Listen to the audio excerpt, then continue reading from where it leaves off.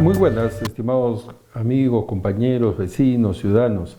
Nuevamente estamos con Cantaclaro. Hoy estamos en un momento muy especial. Hoy 5 de septiembre se cumple el 9º aniversario del fallecimiento del compañero Raúl Wiener, compañero muy dedicado a las luchas del pueblo peruano, incluso investigador, en muchos de los casos presentando libros, materiales que puedan armar al movimiento social peruano para poder disputar con el neoliberalismo en los sentidos comunes y tratar de construir una alternativa frente a este modelo. Entonces nosotros le rendimos el homenaje al compañero Raúl Wiener y esperamos que todas sus lecciones hayan sido aprendidas por los socialistas mariateguistas y que podamos todos seguir su ejemplo y profundizar los estudios de la realidad nacional, avanzar en nuestras propuestas y denunciar todos los problemas de los grandes negocios que vienen haciendo y que han venido haciendo las grandes transnacionales, las economías ilegales y todos los aspectos que de alguna manera se expresan en el campo político como una crisis. Y nuevamente volvemos a mencionar la palabra crisis porque esta crisis a la que ha llegado el país es una crisis permanente, una crisis de ciudadanos y que no encontramos el rumbo de cómo salir de la crisis. En estos días hemos visto manifestaciones muy complejas. Nosotros tenemos un gobierno que está prácticamente enjaulado en el Palacio de Gobierno. No puede salir a las calles. Cada vez que sale alguna región, como es el caso de la región Piura, la región Arequipa, en la cual se presentó la presidenta Dina Boluarte y tuvo que ver, espectar una cometa que habían puesto los arequipeños que hacen resistencia a este gobierno, donde le decían claramente fuera Dina. Y varios cometas surcaron los cielos arequipeños para expresar esta voluntad de rechazo firme que tenemos los ciudadanos a un gobierno que largamente es un gobierno corrupto. Y no podemos decir de otra manera lo que viene pasando, incluso en términos de lo que son los ministerios. En lugar de sacar a ministros que claramente debían haber salido de este gabinete, como es el caso del ministro de Salud, que tiene grandes problemas en el manejo y la administración de la salud, y ha hecho un examen nacional para el concurso del CERUMS, que es cuestionado por todos los sectores académicos, las universidades más representativas del país, como la Universidad de San Marcos, Cayetano y otras, han rechazado este examen, y este examen asimismo ha demostrado la pobreza que tienen en términos de formación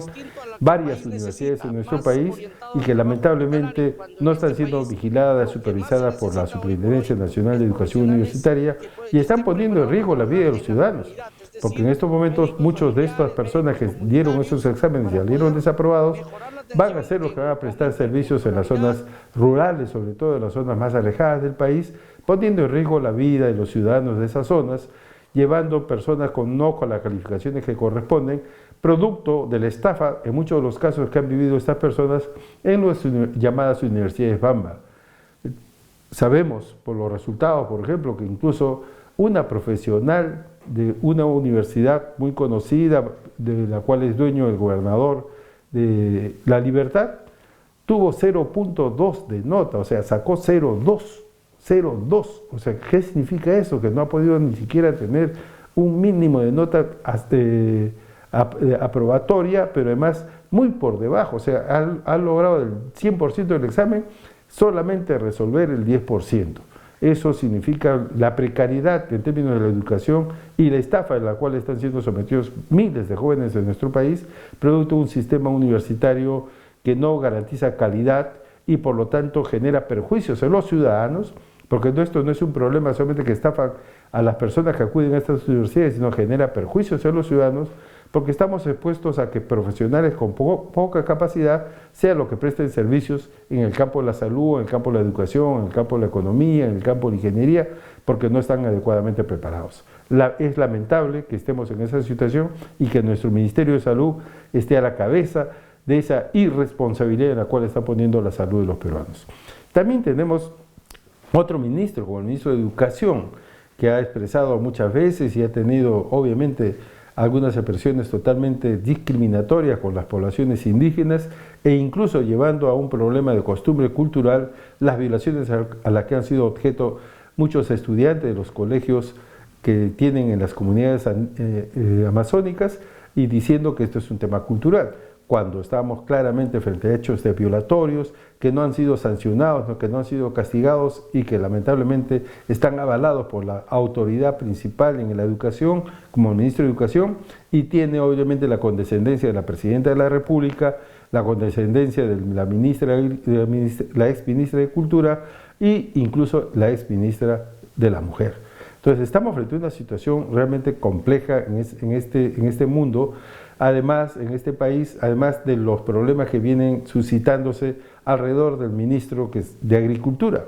que sigue hablando y sigue despachándose diciendo que en Perú la gente no sufre de hambre. Y sobre todo que en las zonas rurales la gente que trabaja come bien. O sea, lamentables declaraciones de una persona que está de espaldas al país, de espaldas a la realidad y de espaldas a la situación que vienen viviendo millones de peruanos producto de la inseguridad alimentaria, y que el ministro, por no reconocer los problemas que tiene el Estado en su conducción, simplemente evade esta discusión y se pone en un plan que nos ha llevado a una situación de grandes perjuicios. También tenemos algunos otros temas, o sea, aparte del cambio de gabinete, que no ha significado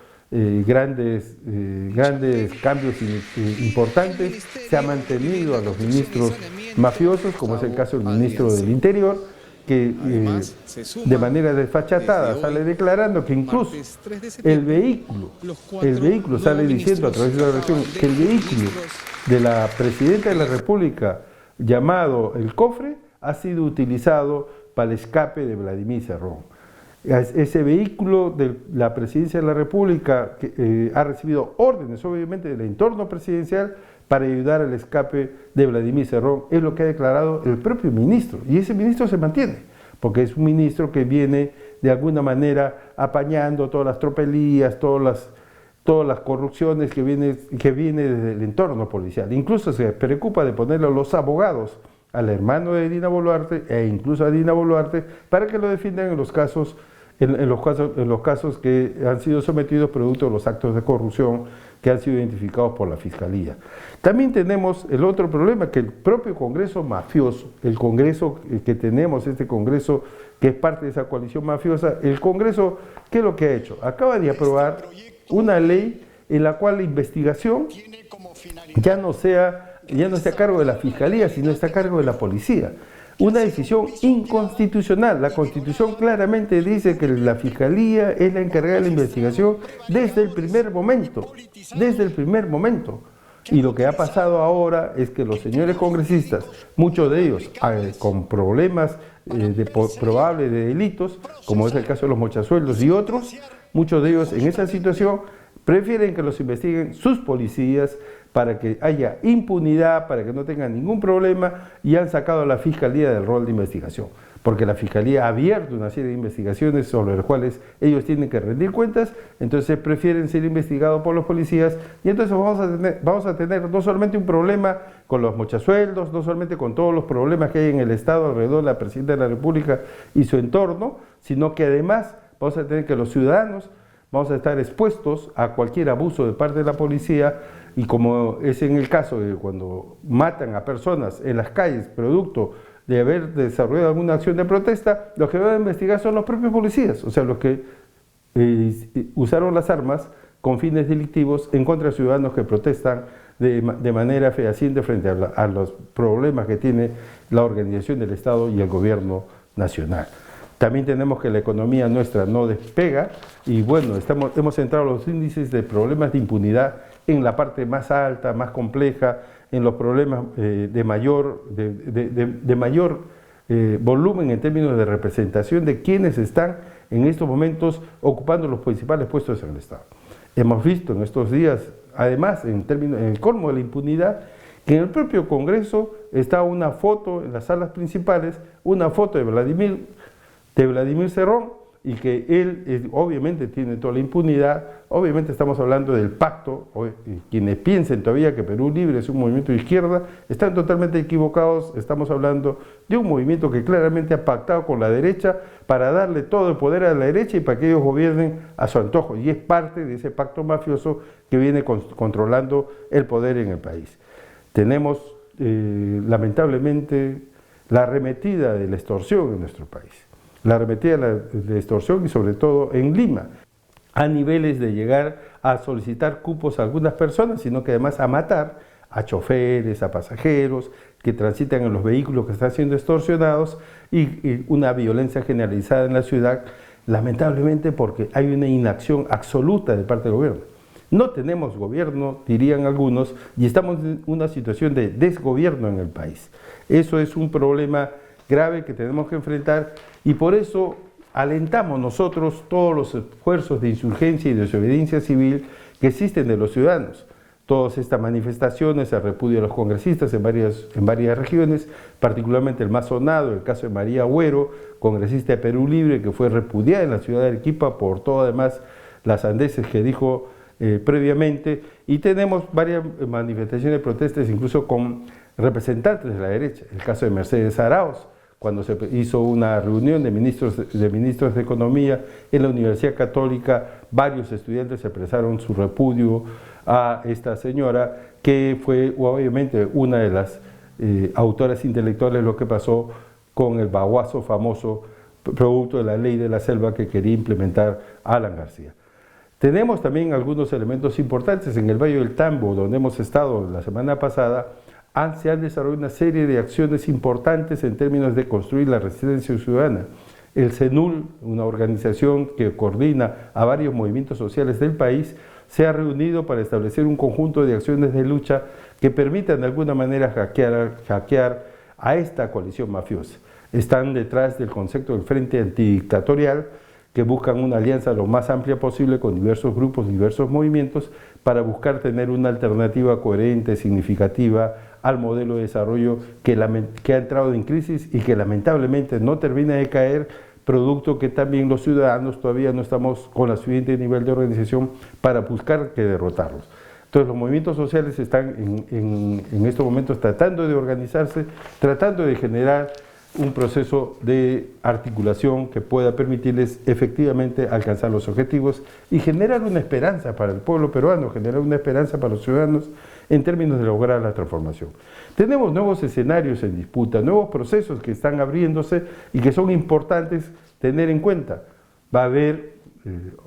por la tosudez del gobierno con respecto al tema de Tía María, va a haber actos de resistencia en la zona de Arequipa, en el Valle del Tambo, que van a resistir esta voluntad de imponerles la minera por encima de la agricultura. Y no estamos hablando porque somos antimineros, porque estamos en contra de mineras, sino claramente en este caso tenemos la voluntad de explotar un yacimiento minero en una zona eminentemente agrícola. Y es una de las pocas zonas agrícolas que existen en Arequipa y quieren vulnerar esa zona agrícola para poner un yacimiento minero. Ahí, incluso con los estudios de impacto ambiental cuestionados, con la forma como se vienen desarrollando este proceso cuestionados, el gobierno quiere imponer un yacimiento minero vulnerando el derecho al agua, el derecho a la agricultura, el derecho al buen vivir de los ciudadanos de esta zona, pero además afectando a gran parte de la región, producto que es una zona que produce alimentos para la región. Tenemos también otro tema que está con mucha fuerza y se va a empezar a desarrollar, es el tema de la preparación del Bicentenario de nuestro país en Ayacucho. En Ayacucho tenemos el 9 de diciembre, como todos sabemos, se va a celebrar el Bicentenario. ¿Podrá ir la presidenta Boluarte a este Bicentenario? ¿Habrá tranquilidad en Ayacucho frente a su presencia? Los ayacuchanos y los peruanos permitiremos que una persona que está expresando una voluntad más bien de dependencia de parte de nuestro país en los grandes poderes económicos globales y dependientes de la economía criminal, llegue a Ayacucho como si nada, después de haber ocasionado tantos muertos? Acuérdense que el año 2022 ocasionó estos muertos y estamos a 2 años de la cantidad de muertos que hubieron en la propia región de Ayacucho entre el 7 de diciembre y el 20 y tantos de diciembre. ¿Podrá ella estar tranquila ahí? Le recomendamos que no vaya, porque lo que va a tener es una gran resistencia, o podemos tener un proceso de militarización con el objetivo de hacer que la celebración del centenario no le pertenezca al pueblo, sino solamente le pertenezca principalmente a estos grupos mafiosos. Y es voluntad del pueblo peruano celebrar su bicentenario como corresponde y expresar también, así como se expresó en el Bicentenario la lucha contra el colonialismo español, acá también lucharemos contra aquellos que quieren colonizar el país con ideas conservadoras, con economías fraudulentas y con procesos de corrupción. Que tenemos que liberarnos y la etapa de liberación y emancipación de nuestro país no ha terminado y tenemos que continuar la lucha y el ejemplo que nos dieron los ayacuchanos hace 200 años. Y tenemos también varias preparaciones para la disputa electoral y social. Ahí estamos promoviendo, y creo que hay que promover la unidad del conjunto de las fuerzas políticas y sociales en un proyecto de desarrollo integral. O sea, tenemos que ser una fuerza que protesta, pero también elabora propuestas. Y en esa línea, diversas organizaciones están proponiendo discutir con seriedad un proyecto programático que articule el conjunto del país en una propuesta alternativa al modelo de desarrollo que tenemos actualmente. Un nuevo modelo de desarrollo que se afirme en la voluntad de transformación del país y que permita el desarrollo y la justicia social, no este modelo neoliberal que nos ha impuesto economías incluso fragmentadas, donde cada región busca su propio desarrollo y no está articulado a un proyecto nacional. Necesitamos construir un proyecto nacional como proyectos en la macrosur, el Polo de Desarrollo del Sur, el Polo de Desarrollo del Norte, la Amazonía, el Centro y la propia Lima Metropolitana, teniendo un plan integral de desarrollo que perfile un mecanismo de proyecto país para que todos los ciudadanos estemos dispuestos a luchar por un cambio y una transformación, que es lo que nosotros venimos observando en distintos sectores de la sociedad y sobre todo en partidos políticos como Nuevo Perú, que también vienen trabajando en esta orientación. La idea es que podamos incluso participar tanto en los comicios que se vengan a nivel presidencial, congresal, como en los comicios electorales municipales, regionales, pero con el objetivo de articularlos a un programa de cambios. O sea, no se trata solamente de tener candidatos en todos los procesos electorales que van a haber en el país, sino que estas candidaturas y estas personas que sean elegidas en esos lugares que candidaten estén en el marco de un proyecto integral de desarrollo del país y no que cada uno ande por su cuenta, porque acá tenemos que enfrentar enemigos poderosos. Y esos enemigos poderosos están generando grandes daños, y a esos grandes daños nos vamos a referir ahora, porque esta reunión que hemos convocado acá en el caso de Cantaclaro, en este espacio, tiene por objetivo tratar uno de los efectos más importantes de la economía ilegal, la trata de personas. La trata de personas, y como ya lo hemos dicho la vez pasada, la trata de personas consume aproximadamente 1.300 millones de dólares en el país. Eso es lo que está en juego, eso es lo que se moviliza alrededor de la trata de personas. Es la segunda economía ilegal más fuerte del país. Ya habíamos hablado que 4.000 millones de dólares es la economía producto de la minería ilegal, y acá estamos hablando frente a otro problema que es la trata de personas. ¿Y qué es la trata de personas? La trata de personas es llevar a las personas con diversos mecanismos, engaños, diversas estrategias, internet, páginas web, diversas estrategias, llevarlas a hacer actividades que normalmente estas personas no harían y ponerlos en situación de dependencia y explotación. Mucho las tratas de personas tienen que ver con explotación sexual, llevar a las personas a zonas alejadas para que ahí puedan de alguna manera obligarlas a ejercer la prostitución y de esa manera degradarlas en sus condiciones. Esta trata de personas, que es un problema nacional, tiene obviamente sus efectos más importantes en los menores de edad, que no significa que no haya trata de personas en adolescentes y en adultos. Y lamentablemente estos actos que tienen una gran repercusión en la vida de millones de personas en el mundo y cientos de miles de personas de repente en el país, este tipo de actividades no están siendo adecuadamente perseguidas por el Estado.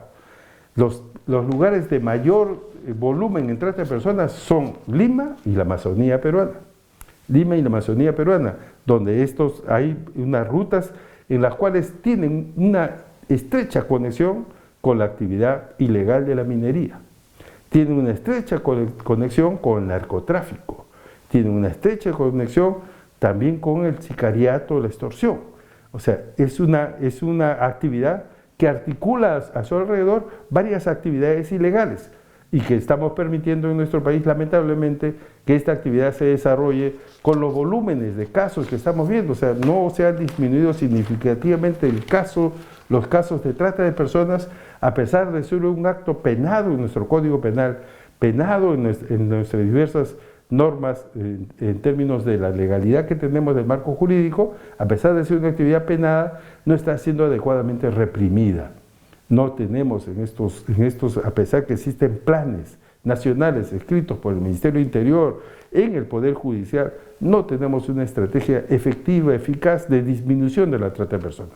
Y por lo tanto convivimos con un mal de esta naturaleza que esclaviza a muchos niñas, niños, adultos, esclaviza no solamente en el ámbito de lo que es la explotación sexual, sino en el ámbito laboral.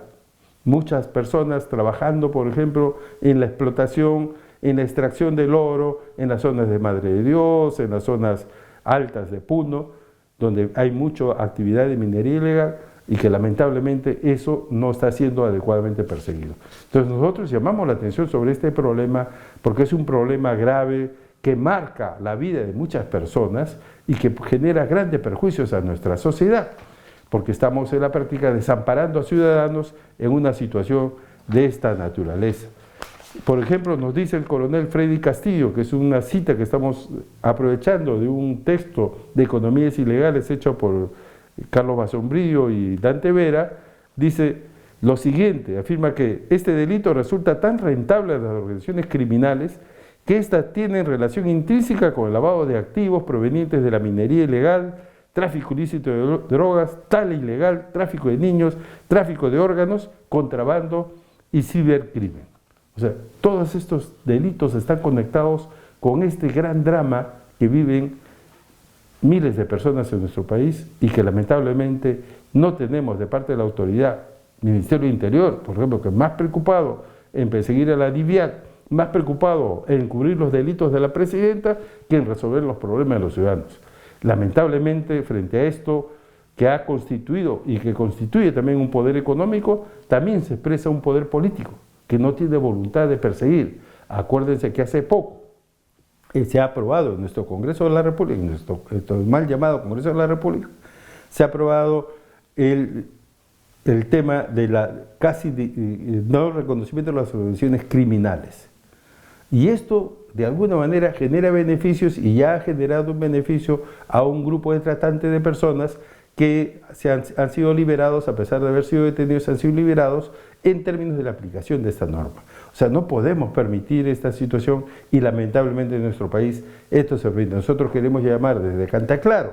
a una movilización también de la sociedad en torno a cómo cerramos el paso de estas economías ilegales que está constituyéndose en la práctica en el nuevo poder del país. De acá se construyen fortunas, se están constituyendo una lumpenburguesía que está cada vez agarrando más el poder del Estado y que tiene sus expresiones políticas en los partidos que ya hemos dicho la semana pasada, las familias. ¿Cuáles son las familias que están gobernando ese país? La familia Fujimori, la familia Acuña, la familia de Luna.